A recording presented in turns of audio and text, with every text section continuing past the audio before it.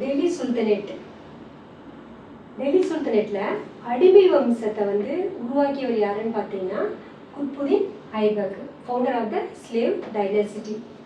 இவருக்கு அப்புறம் இவருடைய பையன் வந்து ஆரம் ஷா வந்து ஒரு திறமை இல்லாத ஒரு நபராக இருந்ததுனால நோபல்ஸ் என்ன பண்ணுவாங்கன்னு பார்த்தீங்கன்னா குத்புதீனுடைய மிலிட்டரி ஜெனரலாகவும் மருமகனாகவும் இருக்கிற இல்துத்மிஷை வந்து சுல்தானா வந்து அறிவிப்பாங்க.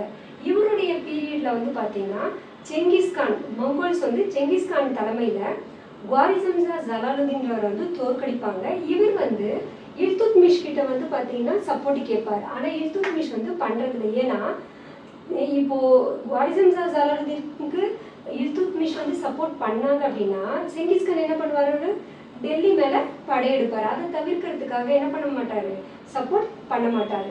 இந்த மங்கோல்ஸ்னுடைய படையெடுப்பு இவருடைய பீரியட்ல வந்து அதிகமாக இருந்ததுனால துருக்கிய பிரபுக்கள், துர்க்கிஷ் நோபல்ஸ் உள்ள 40 பேர் உள்ள ஒரு குழுவை வந்து உருவாக்குறாரு. அதுக்கு பேர் தான் வந்து பார்த்தீங்கன்னா செஹல்கானி அப்படின்னு பேர்.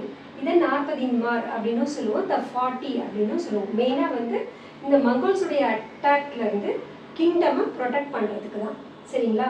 இவருடைய இல்துத்மிஷோடைய பீரியட்ல மிலிட்டரி அஃபீஷியல்ஸ்க்கு வந்து பார்த்தீங்கன்னா சேலரிக்கு பதிலாக வந்து லேண்டு வந்து கொடுப்பாங்க. அந்த லேண்டுக்கு பேர் இக்தாஸ் அப்படின்னு பேர். இக்தானா லேண்டுன்னு அர்த்தம்.